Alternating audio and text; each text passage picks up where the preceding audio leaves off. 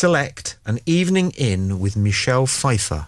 You see, and you get the works. Do you think Michelle Pfeiffer would authorise that? Probably. She's at the fag end of her career, isn't she? She can't play babes anymore, really. She's into character parts. But a fine woman. Okay, what about the chat rooms? Any further reaction to that? John Wright, I think, did a great job there, and we're interested. Can I, just before I throw back to you, Stuart, there on that, we are interested on Play Radio, on people doing bits of kind of radio, which is what John did there, which, of course, he was in a good position to do because he's a top-notch broadcaster. Yep. But anybody can. Oh, and somebody phoned the Human Zoo on 01243 55 60 60. I'll say that again in just a second. But we couldn't let that call go to the air because John was in the middle of his segment. So call again, 01243 55 60 60. The chat rooms. Text messages, 82820. Oh, yeah. Start with Play Radio. Yeah. Email studio@playradiouk.com and Skype, it's play.radio.uk. Bunch of things going on, actually. Jay says, what happens if Google turns around and says, even I'm sick of you? Oh dear. Let me see what else. Happy Tree says, and this is very intellectual, and it says, if you think about it, in the same way that the universe could simulate us, we could in turn create our own simulations of life. Here we have a reproduction of just talking to each other. And why do we simulate this? So we can understand ourselves a bit better. So the universe is just exploring its own existence by creating little versions of itself so it can observe and learn from us. Happy Tree, yeah. If it's the same Happy Tree, it will be the one that's the same. Contributed to one of the unofficial Talk Sport forums during the week. Quite simply, and I really don't mean to sound patronising here, quite simply, the very best posting I've ever seen on any blog. It was good. I read it. I had to read it twice. What did it say?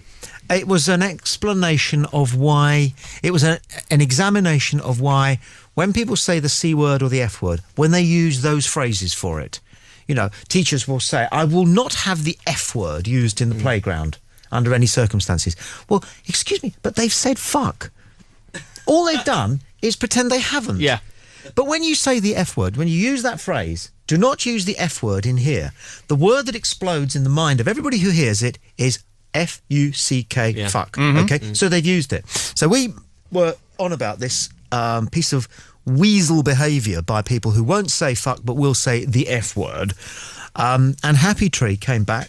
It analysed it much better than we were doing, but also went on to talk about why certain things are funny because it's kind of, well, you'd have to read the piece. Somebody on their PC, could you find it and remind me how we can get to it? Because it was brilliant. Happy Tree explained why the following joke, I'm trying to remember here, why the following joke is so powerful. There's a comedian who does cleaned up versions of great rude jokes. Like, two nuns are bicycling along and one says to the other, I haven't come this way before. Okay, but then the punchline that is used by this comedian that Happy Tree was quoting is, no, that's because they've had to put in a diversion with these temporary traffic lights. Okay, and you see, and you laugh because I don't know. Happy Tree explains. I don't know who Happy Tree is. We around the kitchen table, some of us were dialoguing as to whether. Happy Tree, so on wireless now, you see. So is that like the Happy Tree Friends? I don't know. Aren't wireless laptops real ball and chain? Because you don't go anywhere in the house without your laptop. It's terrible, isn't it? Yeah. You wake up at 5 in the morning and you're on the landing and you're faffing with you're pecking away into your We are wireless. becoming a wireless country, aren't we? A wireless universe. It's brilliant. But then if part of what we're doing now is being consumed by somebody using a wireless laptop, then technically we are some sort of radio. Yeah. But is microwave, because apparently these signals are travelling a lot as microwave signals, aren't they? Is that considered wireless? It's technically, literally wireless. But it's not really, not in the... The microwave is a carrier signal, I think. And that carries the other signal on top of it. It's wireless, though, isn't it? Yeah. Are you enjoying your beer? I am, yes. It's good. Very, very Good. Sumptuous. It looks good. You're looking good there. You're looking good. Sat there. I'll just. Shall I show the phone? There we go. Yeah. There we go. That's what a Sunday. It's a Wholesome Pills production. It isn't though, is it? Is that all right? Am I sorted? Yeah, there? Other right, good lagers are available. Yeah, absolutely. Oh, that's bollocks, isn't it? All that Yeah, thing. it is. Yeah. I'm just looking on Who this cares? TalkSport forum. It's great when you something just catches your eyes. You're flicking through pages. What you got? Well, I don't know. Just the first line says, "Just listen to the podcast." Barkus is a C word. No, he's a good lad. He is. It just caught your eye. I was looking seriously actually for good the lad. Happy Tree post on the Talk forum thing. I'll when I find it, I'll give you a shout. Well, I watched a programme, I believe I told you about it There a it couple is. of weeks ago, about there's a posh comedian, I don't know his name, I can't remember his name, but he was actually going around and interviewing sort of famous, well-known sort of Cockney people and Northern people about the C word. They go, I've just done it, picturing what... Well, and they were saying how it's just like every other swear word is slowly but surely coming out of fashion. It's on the screen there if you want to. in the not too distant future, these words will simply be they'll be declassified. But what will the next generation of young children, of kids, sort of teenagers, have as a swear word? What will they then have? That like the teenagers have now, it's the C word. It's a swear word. It's an insult. But when that becomes obsolete, what will anyone have? Belgium. Belgium. Which, of course, is the word that had to be replaced in the Hitchhiker's Guide to the Galaxy in Is it? America. Why is that? Because there's a section there, and I'm pretty sure it uses the F word, and the American publishers refused to publish it with the F word in it. Right, so they, fuck. Yeah, So they wouldn't let Douglas Adams say fuck. That's in right. Hitler's Hitchhiker's Guide to the That's right. Galaxy. So they replaced that. It was either Hitchhikers or Dirk Gently's, one of the two. Yeah. So they had to. So he replaced it with the word Belgium. So and that was the in Hitchhiker's joke was that Belgium meant fuck. Interesting, isn't it? I sent an email from the BBC to a bunch of people who listen to a show that I do.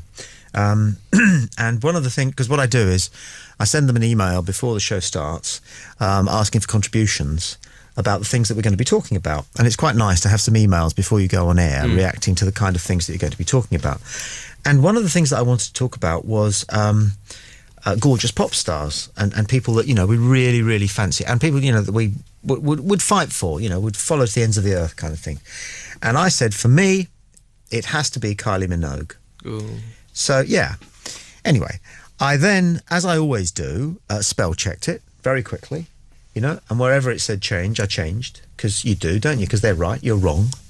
So I changed, and sent it off to several hundred people, only to discover when they started emailing me back that spell checker did not recognise Minogue and had suggested instead Minge. I know.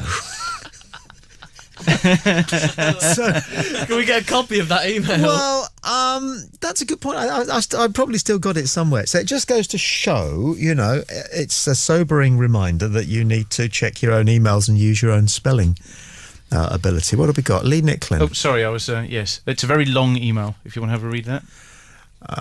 Okay, listening to your show sounds great. Just thought I'd forward an email I received this week, which touched me deeply. The email was from a mother of three who lives in Washington, USA. Basically, I wrote some music back in 2003 for a children's website for PBS. The children's show is called Jakers. Anyway, the music. I wrote for the Jakers website games. Anyway, the music I wrote for the Jakers website games had an effect on her son, which made me feel very humble and also quite emotional, as I don't have children yet, but would love to be a father someday. I think you have also had an effect on me as I listen to your shows and love, and the love for your love and the love for children you also have. We have sent each other several emails now with some quite deep and spiritual conversation. If I may, and if you're interested, I'm going to send you one of the letters from her after my first response. Dear Lee, I can't thank you enough for providing us with the link to download music. I was so surprised to have gotten such a prompt reply, not to mention such a kind-hearted and generous one. The love you put into your music most definitely comes through, and I think that's something extra special that makes the music reach into our hearts. It's clear your music is a language which most definitely speaks to my 4-year-old son. Because your email indicated that you sincerely care about the impact your music has on people, I wanted to let you know a little bit more. My son Kyle is a very active, loud and sometimes aggressive boy who can often get